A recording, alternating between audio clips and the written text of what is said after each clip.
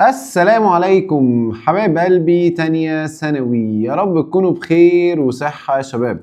هنحل النهاردة بإذن الله تعالى الأداء المنزلي للأسبوع الثالث من وزارة التربية والتعليم. حبيب قلبي اوعى تنسى ان فيديوهات الشرح كلها بتنزل عندنا على الويب سايت اللي هو chemistry.squad.com. كل اللي عليك انك هتدخل على الويب سايت وتعمل ريجستريشن واحنا بنتواصل معاك ونفعل لك الاكونت. ممكن لو انت عندك اي اسئله في اي وقت تقدر تدخل تبعتها لي على الواتساب. ازاي مستر اتواصل معاك؟ هتلاقي عندك يا بومبو في الديسكريبشن كل حاجه ليها علاقه بينا، سواء لينك الواتساب، سواء الفيديو ازاي تشترك معانا، سواء الفيسبوك، كل حاجه هتلاقيها في الديسكريبشن. الكلام ده على اليوتيوب. فنسمي الله كده حبايب قلبي ونصلي على حبيبنا المصطفى، اللهم صل وسلم وبارك على سيدنا محمد، ونبدا انا وانت مع بعض في اول سؤال وبيقول لنا which of the following molecules doesn't obey the octet rule؟ مين ما بيطبقش octet rule؟ عندك طريقتين لمعرفة مين ما بيطبقش octet rule. الطريقة الأولانية هي طريقة الرسم، إنك تبدأ ترسم ومن الرسم هتستنتج. طب ما تيجي نجرب، تعالى يا عم نجرب. ابدا انا وانت اول حاجه بالسي. خلي بالك ان انت مطالب انك تكون حافظ ان الاليمنتس من اول الهيدروجين ابو 1 لحد الكالسيوم ابو 20. يعني انت عارف ان السي المفروض ب6 والاتش ب1، فتكتب لهم الكترونيك كونفيجريشن. يعني انا هحل الميثان بما يرضي الله والباقي كله هحله بسرعه. الميثان المفروض ان هو سي اتش 4 ده، فالمفروض سعادتك عارف ان السي ب6، فهتكتب لها الكترونيك كونفيجريشن اللي هو هيليوم 2s2 يا دكتور و2b2. فساعتها هتبقى عارف ان الالكترونيك كونفيجريشن انتهى ب، فالفالنس الكترونز تكون موجوده في البي والاس اللي قبلها، فكده الفالنس الكترونز اللي موجوده عند السي هم 4. المفروض تبقى عارف ان الاتش بكام ب1، فتكتب لها الكترونيك كونفيجريشن، هتلاقي انك كاتب 1s1. فالالكترونيك كونفيجريشن انتهى باس، يبقى عدد الالكترونز اللي موجود في الاس هو الفالنس الكترون، يبقى معنى كده الهيدروجين عندها 1 فالنس. فتعمل ايه؟ تبدا بقى عايز ترسم. طب هرسم ازاي؟ لازم تحدد مين اللي هيتحط في النص الاول. كنا بنعرف الموضوع ده منين؟ من اللي عدده اقل. هنا انا عندي واحده سي واربع اتشات، مين عدده اقل؟ السي، يبقى السي تتحط في النص. وبعد كده دكتور يتحط حواليها عدد الفالنس الكترونز بتاعتها اللي هم كام؟ 4. فبتحط نقطه في كل اتجاه، نقطه فوق، نقطة تحت، نقطة يمين، نقطة شمال. ادي 4 نقط. طيب وبعدين يا مستر؟ وبعد كده كنا بنقول ان عدد البونز على عدد السنجل دوتس. بمعنى يعني انت عندك هنا كام سنجل دوت؟ 4. يبقى معنى كده المفروض ان الراجل ده يعمل 4 بونز. طب مين يا مستر الاربعة؟ مع الاتش، مين اللي موجود غيره؟ اتش. فهجيب هنا اتش، بس الاتش عنده كام نقطة؟ واحدة، يبقى نقطة قدامها نقطة يعملوا فعلا بوند يا مستر. هجيب هنا الاتش بنقطة، هجيب هنا الاتش بنقطة، وهجيب هنا الاتش بايه؟ بنقطة يا دكتور. وبكده حبيب قلب المستر هلاقي ان انا السي حققت اوكتت رول، حواليها 2 4 6 8. والليثيوم والهيدروجين والبريليوم ما بنبصلهمش على الاوكتت رول طبعا مع النوبل جازس، عشان في مره حد قال لي هيليوم، اكيد الهيليوم يا جماعه ما بنبصلوش على اوكتت رول. الناس دي كلها فيري ستيبل يعني. انا بقى هرسم اللي جايين بسرعه الصراحه. يعني ال NH3 ال N المفروض حضرتك عارف ان هي عندها 5 دوتس، فبنقول واحده في كل اتجاه بالمنظر ده زي ما سعادتك شايف كده. بعد كده ايه؟ بعد كده عندي ال H كام اتش؟ 3، فالاتش تيجي هنا بالسنجلايه، والاتش تيجي هنا بالسنجلايه، والاتش تيجي هنا بالسنجلايه. فادي كده يا مستر الان حواليها 2 4 6 8، فبرضه ده حقق اوكتت رول. هجيب ال NO2، ما هي نفس ال N برضه، الان حواليها 5، 1 2 3 4 5. طب وبعدين هجيب من هنا O، الأو بيكون حواليها 6، فواحد 2 3 4 5 6. عظيم قوي يا مستر. هنا الان مع الاو يعملوا ايه؟ بوند. بس يا مستر الاو بتعمل 2 بوند، فهجيب السنجل اللي موجود هنا عند الاو ده، اجيبه قدام السنجل اللي موجود هنا، ويعملوا ايه يا دكتور؟ ويعملوا بوند بالمنظر ده. بس هما 2 او، فانا هجيب او كمان الناحيه دي، فالاو برضو عندها 6. ادي 1 2 3 4 5 6. فالان مع الاو هيعملوا بوند، بس الاو برضه يا مستر بتعمل 2 بوندز، فلازم تعمل 2 بوند. فانا بقى كده ايه، هستعمل الاتنين الكترونز دول والاتنين الكترونز دول اهم، استعملهم مع بعض ونكون كده مستر ايه ال NO2. بس يا مستر لو جيت تعد ال N هنا حواليها كام؟ هتلاقي حواليها 2 4 6 8 وفي الكترون كمان، يعني حواليها 9 الكترونز. يبقى يا مستر هنا ال NO2 ما حققتش اوكتت رول، يبقى الاجابه الصح هي NO2. مين يقول لي بقى ارسم الميه ازاي؟ مين يتحط في النص الاو عشان عدده اقل؟ حواليه 2 اتش يا مستر، والاو عندها 6 نقط بالمنظر ده اهم، والاتش سنجل والاتش سنجل، ويعملوا من هنا بوند ويعملوا هنا بوند، وادي يا مستر كده الاو حواليها برضو 8 اشيف اوكتت رول. السؤال اللي بعده بيقول لي use the following table which of the following compounds has a central atom that follows the octet rule. انا محتاج يرسم. طب وانا عشان ارسم لازم اكتب الكترونيك كونفيجريشن اكس ده، فاكس ده لما نكتب له الكترونيك كونفيجريشن هنلاقي نفسنا بنقول نيون 3s2 و3b3 ده كده 15. واي ده هنلاقي نفسنا بنقول برضو نيون 3s2 ادي كده 12 باقي واحد يبقى 3b1. زد ده هتلاقي نفسنا بنقول نيون 3s2 و3b4. يعني اكس ده بيكون حواليه 5 نقط بالمنظر ده، واي بيكون حواليه 3 نقط بالمنظر ده، والزد بيكون حواليه 6 نقط بالمنظر ده. فانا ابدا ارسم بقى اكس سي ال 3. ماشي، الاكس عندها كام نقطه؟ 5 نقط، ادي 1 2 3 4 5. سي ال كام؟ 3، يعني كل سنجل قدامها السي الايه بالسنجلايه بتاعتها. لو اتفرجت على فيديو الواجب بتاع ليسون 2 او فيديو الشرح هتبقى عارف ان احنا قلنا ان السي ال في جروب 7A فبيكون عندها واحده سنجل والباقي كله يعتبر لون بيرز. فهنا الاكس محققه اوكتت رول، يعني حواليها 2 4 6 8 مظبوط. طب واي سي ال 3 تعال نشوف. الواي عندها 3 نقط اهم، السي ال تيجي بالسنجلايه، السي ال تيجي بالسنجلايه، والسي ال تيجي بالسنجلايه بتاعتها، فدول 2 4 6. 6 ده مش اوكتت، يبقى ده ما حققش اوكتت بس ده حقق. واي سي ال 3 لسه قايلين ان هو ما حققش اوكتت، يبقى برضو الاجابه دي هنستبعدها. اكس سي ال 3 لسه حلينا قلنا ان هو حقق اوكتت. تعال نشوف زد سي ال 2. الزد حواليها 6 نقط، ادي 1 2 3 4 5 6. دي سنجل يجي لها السي ال الناحيه الثانيه بالسنجل، وادي يا عم السي ال مظبوطه عشان محدش يقول لي المستر ايه ما بيكملهاش. وادي السي ال يا دكتور مظبوطه، السي ال مع الزد. ايوه استنى نعد بقى 2 4 6 8 اشيف اوكتت رول، يبقى اشيف اوكتت رول. الواي سي ال 3 اصلا ما بيحققش. Given that the molecular formulas of the chlorides of element A and element B are ACl3 and BCl2 respectively, and both obey octet rule, which of the following choices represents the valence shell electronic configuration for element A and B؟ بيقول لي انا عندي ACl3. ACl3 ده يا دكتور معناه ايه؟ معناه ان انا عندي هنا الايه ماسكه في كام سي ال؟ ماسكه في 3، ادي 1 2 3. وبي سي ال 2 ادي سي ال وادي سي ال. بيقول لي ان الاي اشيف اوكتت والبي اشيف اوكتت. طب معلش يا مستر، وعشان يعني افهم انا وانت البوند دي بتتكون ازاي. البوند دي هتتكون من الكترون من عند، انا هخلي بالك انا عشان اغير الالوان عشان تبقى فاهم. الكترون من عند الاي، والكترون من عند مين؟ والكترون من عند السي ال اهو. طب والبوند دي هتتكون ازاي؟ الكترون من عند السي ال والكترون من عند الاي. ما هي البوند بتتكون الكترون منك والكترون مني. طب ودي برضو نفس الحدوته، الكترون من عند الاي والكترون من عند مين؟ السي ال اهو. حلو. طيب معلش بقى ممكن اسالك سؤال؟ اسالني يا مستر عينينا. الراجل اللي موجود قدامك ده اللي اسمه ايه عنده كام فالنس؟ معلش يا مستر انا شايف ان الايه كده ده عنده كام فالنس اهو، دول الحمر دول بتوعه صح؟ يبقى ايه دلوقتي عنده 3 فالنس الكترون. ماشي. طيب بعد اذنك بقى انا بقول لك ان element A ده اشيف اوكتت ايه؟ اشيف اوكتت رول. يعني ايه اشيف اوكتت رول؟ يعني المفروض حواليه 8. طب هو حواليه كام؟ 2 4 6. باقي له كام؟ باقي له 2. يبقى المفروض element A ده عنده 2 الكترون، وكنا متفقين من ليسون 1 اي الكترون بنحطه بايدينا فبيكون لون بير، يبقى الاثنين اللي ناقصين دول هم عباره عن لون بير. حلو.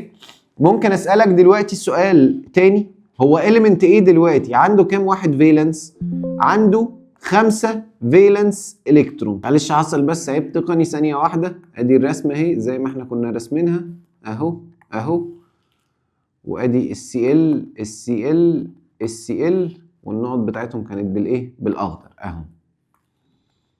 المهم وقفنا لحد فين يا معلم؟ جيت وسالتك هو دلوقتي element ايه عنده كام فالنس؟ مين يقول للمستر؟ element ايه يا مستر عنده دلوقتي 1 2 3 4 5، يبقى element ايه عنده 5 فالنس الكترون. طيب انت ليه يا مستر بتعمل كده؟ قال لي هو معلش انا عايز اعمل ايه؟ انا عايز اعرف الالكترونيك كونفيجريشن بتاع element ايه. طب انا دلوقتي ايه اللي معايا؟ اللي بيكون معايا ان انا ارسم الكومباوند، فرسمه الكومباوند دي تديني فالنس، فانا اعرف من الفالنس اجيب الالكترونيك كونفيجريشن. يبقى انا دلوقتي عشان اجيب الالكترونيك كونفيجريشن فكرت في ايه؟ فكرت ان انا ما اعرفش حاجه غير الفالنس، يبقى من الفالنس هنجيب مين؟ هنجيب الالكترونيك كونفيجريشن. يبقى كده انا عرفت ان element ايه لازم لما اشوف له الالكترونيك كونفيجريشن بتاعه يكون منتهي بكام؟ بحاجه تكون فيها عدد الفالنس 5. تعال نتكلم على الاليمنت الثاني اللي هو كان BCl2.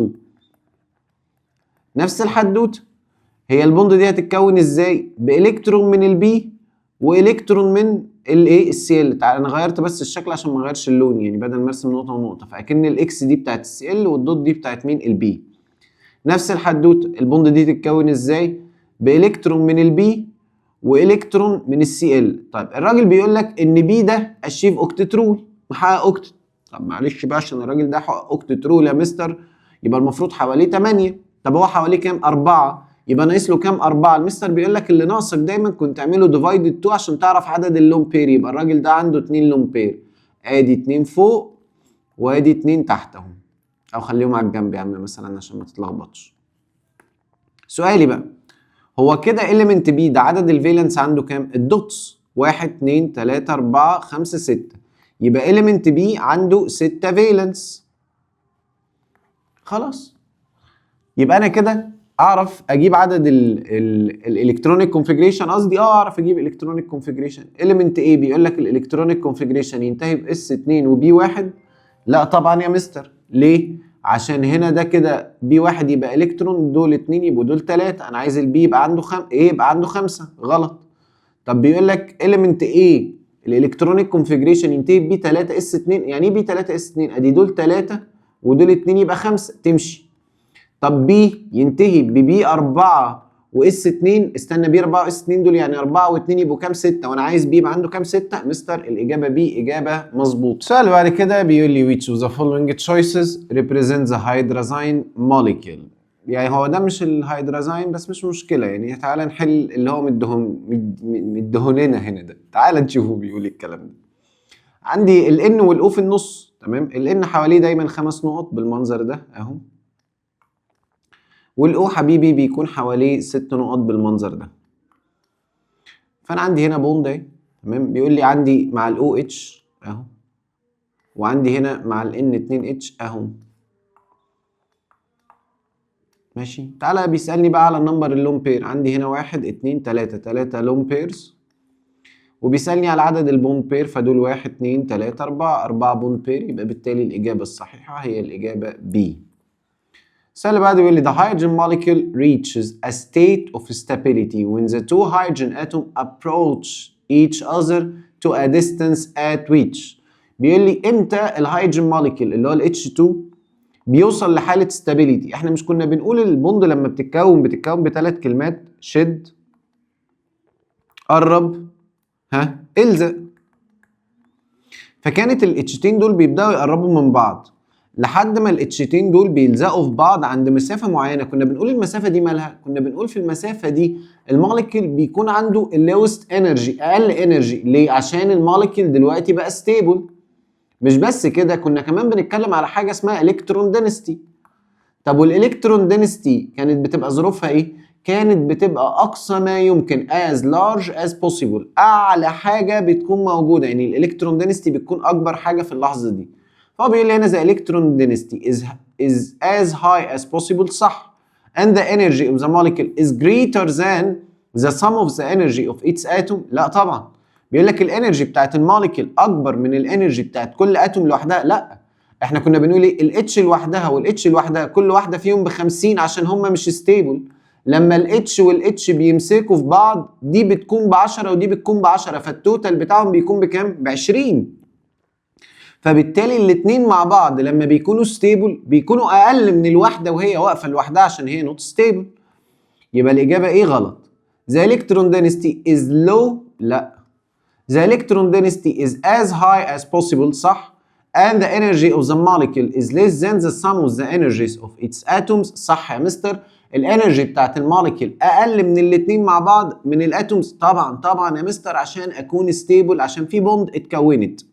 السؤال اللي بعده بيقول لي according to the valence bond theory the covalent bond in each F molecule is formed as a result of الفالنس بوند ثيوري اللي هي الفي بي تي. طب انا عشان اعرف مين اللي شارك كنا بنقول في الفي بي تي لازم السيميلار اوربيتال اللي هم السناجل، الناس اللي مش مرتبطين يا مستر، السنجل اللي بيكون عندهم سنجل الكترون. فانا محتاج اكتب الكترونيك كونفيجريشن الاتش واشوف مين الاوربيتال اللي عنده سنجل، فالاتش اسهلهم 1s1 كده كده الاتش على طول بال1s. طب الفلورين ب9 اكتب الكترونيك كونفيجريشن 1s2 2s2 2b5. كنت لازم انا وانت بنرسم اخر اوربيتال ده مظبوط، يعني كنا لازم نروح نرسمه. لازم ارسم الاوربيتال بتاعنا الخمسه دول عشان اعرف مين اللي عنده سنجل مين اللي عنده امبيرد. فواحد 2 3 4 5. لو تفتكر ده كان بيبقى اسمه 2bx 2by وده 2bz. فكنا بنكتب الالكترونيك كونفيجريشن بطريقه هونس رول، نقول هنا 2bx 2by و2ba و2bz. 2bx في 2 2by في 2 2bz في 1. مين هنا اللي عنده سنجل؟ اللي عنده سنجل هنا هو ال2bz. يبقى اللي بيشارك من عند الفلورين ال2bz واللي بيشارك من عند الهيدروجين هو ال1s. The overlap of 1s من الهيدروجين صح and the 2bz from fluorine. الكلام ده صح يا مستر، يبقى الإجابة إيه صح؟ الأوفرلاب 1s من عند الهيدروجين صح، إنما 2by غلط. The fluorine atom reaching a stable state by surrounding itself with 8 electron through sharing. كلام جميل، بس هو بيسألني هو مين الاوربيتالز اللي شاركت في تكوين البوند؟ ايه دخل ده ان الفلورين هتوصل للاستابيليتي؟ تمام. The overlap of the 1s orbital مع 2bx لا برضه يا مستر. يبقى الإجابة المظبوطة عندنا هي الإجابة ايه؟ A. السؤال اللي بعده بيقول لي element X has 6 valence electrons. يبقى element X لو حبينا نرسمه هنحط 1 2 3 4 5 6. بيقول لي all the following compound obey the electronic theory of valency except electronic theory of valency دي اللي هي octet rule. قلت لك ممكن تيجي باسمائها الاثنين واحنا بنشرح، فاسمها الثاني the electronic theory of valency. فانا محتاج ارسم هنا H2X. يعني ايه H2X؟ 2H. فانا هجيب هنا H اهو وهجيب هنا اتش اهو. فكده الاكس معاها كام؟ 2 4 6 8 اوبي اوكتت رول. طيب معلش يا مستر انا هشيل الافات خلاص او الاتشات وهحط الاكزامبل اللي بعد كده ايه؟ 2 اف. ماشي خلاص، يبقى هجيب من هنا اف والاف برضه عندها واحده سنجل والاف برضه عندها واحده سنجل، فبرضه 2 4 6 8 اوبي اوكتت رول. طب انا عايز بقى الست افات. انا كده حاطط 2 اف فانا لسه لي 4. ادي اف اهو وادي اف اهو، ادي كده 4 افات، ادي اف اهو، ادي كده 5، ادي اف اهو، ادي كده 6. تعال نعد بقى كده حواليها 2 4 6 8 10 12. يبقى هنا حواليها 12 فده doesn't obey octet rule. XCl2 انا هنمسح بقى دول. ايوه امسح لي بقى مستر كل الكلام ده. ايوه ايوه ايوه شيل لي كل القصص دي. Cl2 فالCl من هنا والCl من هنا برضو، فدي 2 4 6 8 برضو اوبي اوكتت رول. يبقى كله اوبي ما عدا مين؟ ما عدا الإجابة C. According to the VBT برضو the covalent bond in ammonia is formed by أو formed as a result of. اتكونت ازاي؟ نفس السؤال اللي انا وانت لسه حلينه اللي هو رقم 6. برضو اي حاجة من عند الاتش فهي 1s. تمام. النيتروجين بقى نشوف. تعالى يا عم نجيب النيتروجين قدامنا اهو. اللي هو هيبقى بقى الالكترونيك كونفيجريشن، بس انا مش هكتب الالكترونيك كونفيجريشن عشان هو ما بيتكلمش عليه الصراحه عند الان يعني، فمش هضيع وقت. تعالى نبص كده.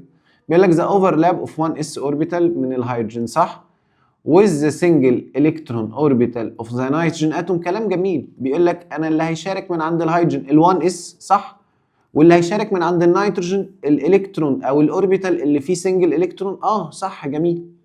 بيقول لي هنا contact between the energy level K of the hydrogen atom and the energy level L of the nitrogen atom. الفالنس بوند ثيوري ما تدخلتش في الانرجي ليفلز.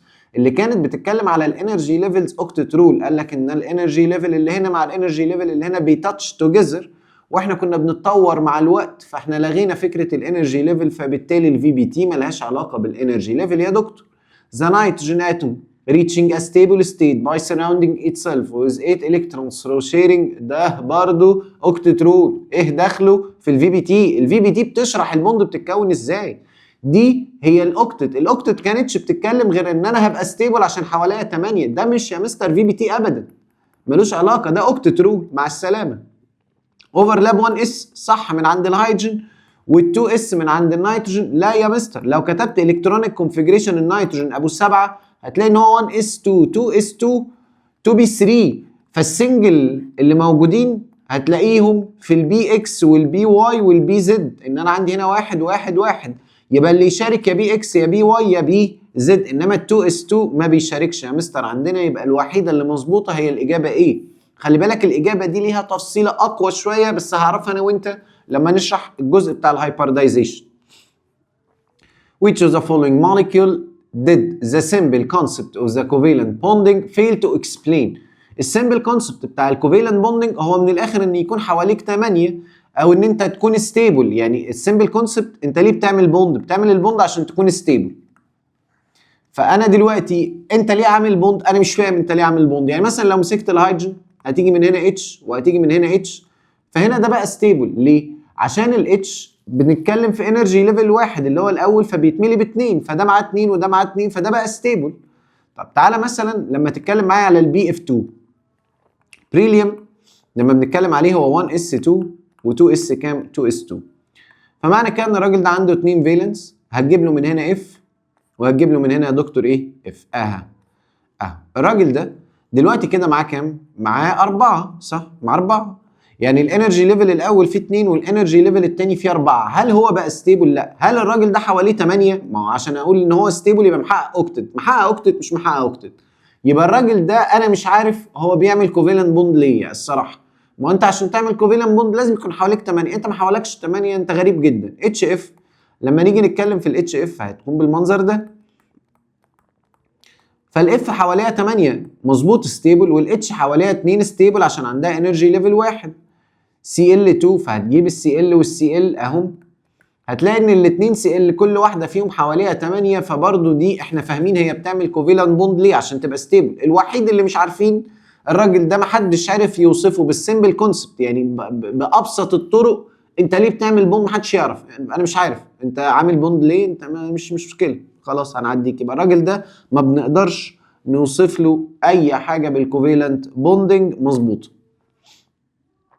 اهو ده بقى الهيدرازين. يعني السؤال اللي فات ما كانش هيدرازين، ده هيدرازين. تعال نرسم. الان بيكون حواليها دكتور 5 اهو، والان التانية برضه حواليها 5 اهو، دي معاها 2 اتش اهو، ودي برضه معاها 2 اتش اهو. فادي يا مستر ايه عدد البوند بيرز واللون بيرز، والدنيا هتبقى حلوه وجميله. ادي يا مستر عايز اللون بير، ادي 1 2 لون بير. طب البوند بير 1 2 3 4 5 5 يا مستر. يبقى الاجابه الصحيحه هي الاجابه دي. وبكده حبيب قلبي اكون وصلت انا وانت لنهايه الويك الثالث من الهوم وورك بتاع وزاره التربيه والتعليم. نتقابل باذن الله تعالى في الاساس.